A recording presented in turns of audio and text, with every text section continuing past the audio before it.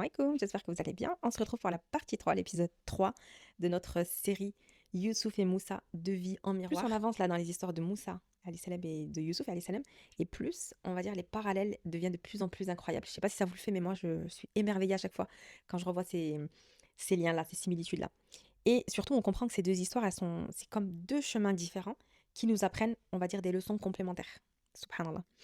Allez, on va reprendre avec la partie 13. Là, on est après les épreuves, ok? Les deux vont vivre une période d'isolement assez, on va dire, difficile. Et Allah va nous montrer que même dans cet isolement-là, il va nous envoyer des rencontres parfois importantes. Youssouf, il est en prison, ok? Allah, il dit dans le Coran, dans Surat Youssouf, du coup, deux jeunes hommes entrèrent en prison avec lui. Ils ont des rêves, Youssouf leur parle, et ensuite, qu'est-ce qui se passe? Il va les aider, ok? Moussa, lui, il est seul dans le désert, et Allah Azza wa Jal dit dans le Coran, il trouva deux femmes retenant leur troupeau. Donc là, on voit, il explique que deux femmes ont du mal à abreuver leurs bêtes, etc. On s'arrête ici et après on reprend. Là, Nouman Ali Khan, il explique que même quand tu es dans une période difficile, Allah, parfois, il va te mettre des gens sur ton chemin qui vont arriver de nulle part. Et c'est ces rencontres-là qui peuvent parfois tout changer. Ok. La similitude aussi que je vais rajouter là, que j'ai pas noté mais que j'ai oublié de mettre, c'est que en prison, Youssouf alayhi salam, il va rencontrer deux hommes. Et Moussa alayhi salam, dans le désert, il va rencontrer deux femmes. Subhanallah. Ensuite, qu'est-ce qui se passe? C'est que Youssouf, il va aider les deux personnes, les deux prisonniers, et avec son don. Il va interpréter leurs rêves, etc. Avant ça, Youssouf, qu'est-ce qu'il fait? Il avait l'habitude de se poser, il leur fait dawa. Il leur dit que lui et sa famille ont des bénédictions, on a beaucoup de bienfaits. Voilà, il parle pas de son épreuve, il dit pas oui, moi j'ai été là-bas, il, il- il s'arrête vraiment que sur les bienfaits qu'Allah Azza wa Jalla leur a donnés, etc., etc. Donc il fait dawa, il parle d'Allah, l'unicité, tout ça. Il fait vraiment dawa à ces personnes-là et ensuite il interprète leurs rêves, ok? Et donc, même dans cet isolement-là, on voit que Youssouf, alayhi salam, il va quand même utiliser son don qui est l'interprétation des rêves, mais pas que l'interprétation aussi des discours. Il était très, il arrivait vraiment à comprendre tout type de discours. Il arrivait, c'est pour ça qu'il a compris Zulkha quand elle lui a dit viens, le viens. Il a compris ce que ça voulait dire. Il savait ce que c'était. C'est pour ça que c'est de suite protégé. Ok. Et Moussa, lui, qu'est-ce qu'il fait avec? Et donc là, on a un qui va aider avec son don qu'Allah lui a donné pendant son isolement. Il va aider, il va interpréter. Mais avant ça, il fait dawa, écoutez bien. Et on a Moussa, alayhi salam, qui va aider les deux femmes avec son don aussi, parce qu'avec sa force. Donc il va venir, il va prendre les bêtes, il va les abreuver pour elles. Ok. Et il s'en va. Moussa, il s'en va. Il aide les femmes et il part.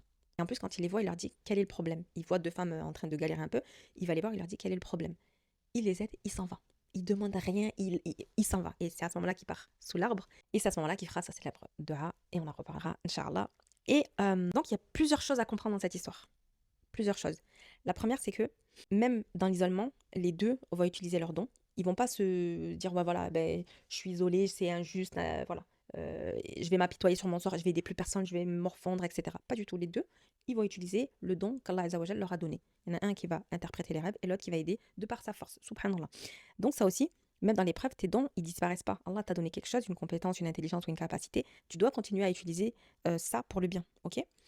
Et on a aussi une chose, c'est que déjà, est-ce que j'en parle après? Oui. Et on a aussi une chose, c'est que Moussa alayhi salam, il n'a pas fait de da'wa aux filles. Il n'a pas dit oui, alors moi, je crois en Allah. Il n'a pas fait de da'wa. Et elles étaient là et tout ça. Voilà. Sachant que lui, c'était un croyant, même s'il n'était pas encore prophète, il était quand même croyant, etc. Parce qu'il ne faut pas oublier qu'il a grandi avec Essia et sa mère. Enfin, Essia, sa mère adoptive, qui était elle, qui cachait sa foi.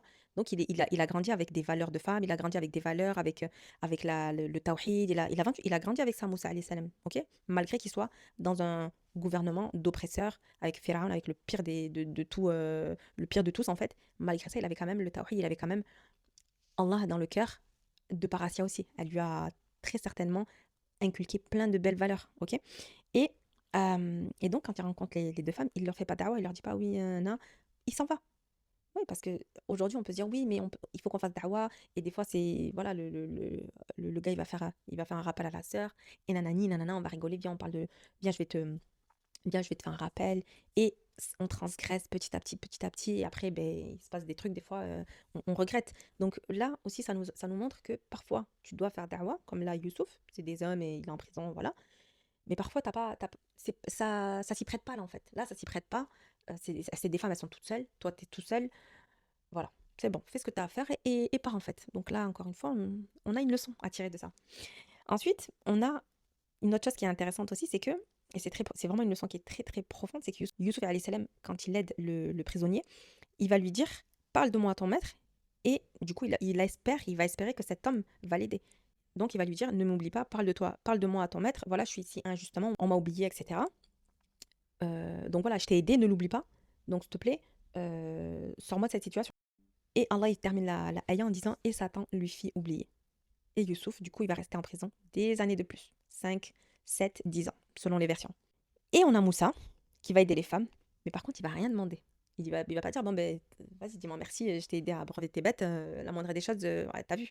Pas du tout. Il demande rien, il s'en va, il part. Et il se retire à l'ombre. Et c'est là aussi qu'il fait justement sa célèbre dua.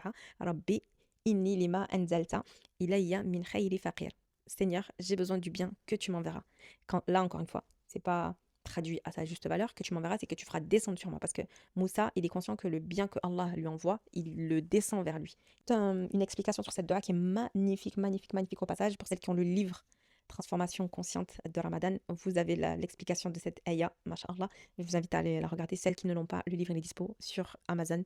Et j'ai repris plein de subtilités linguistiques, d'explications, toujours au travers des travaux de Noumal Ali Khan.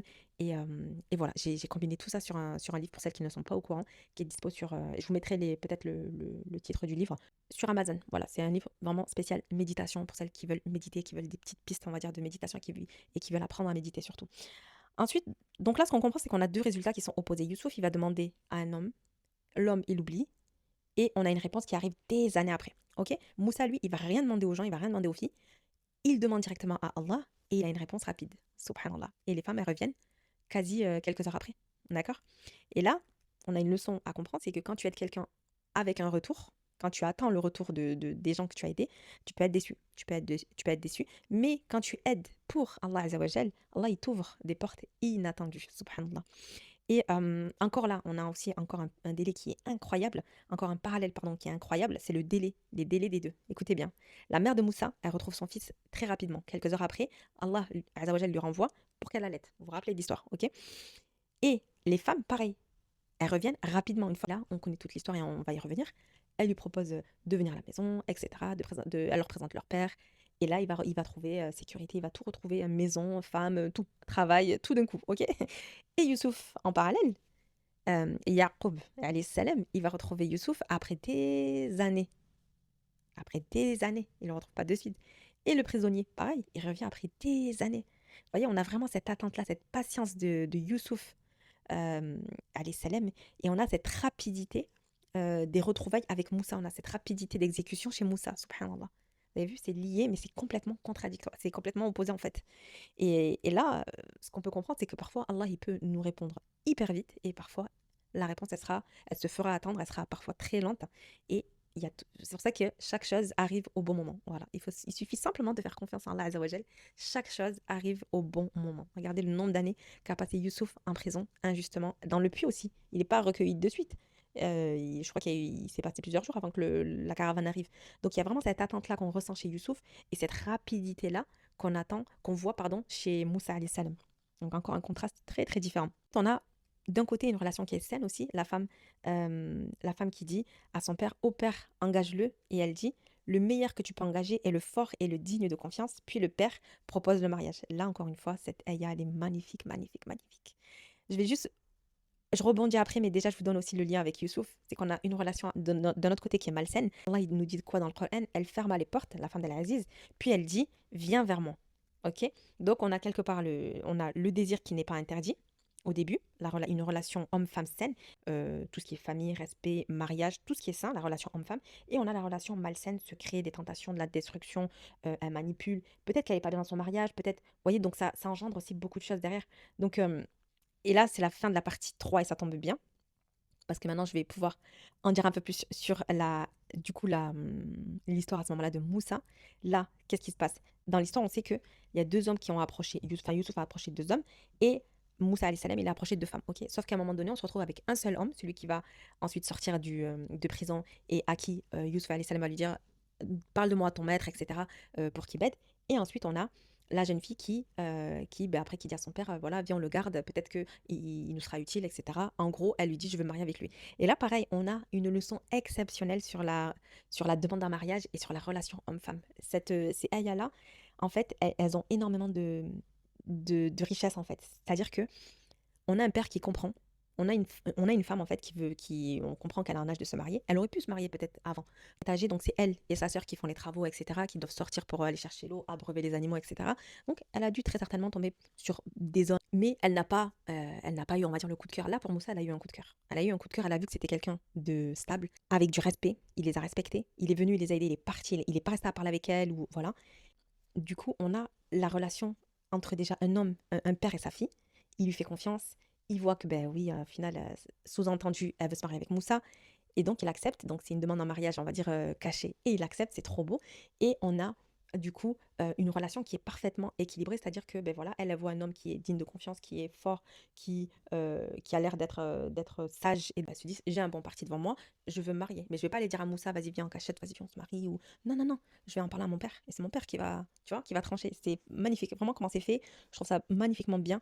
Et il y a beaucoup de leçons dans ces ayahs-là, dans leur demande, dans ce mariage-là.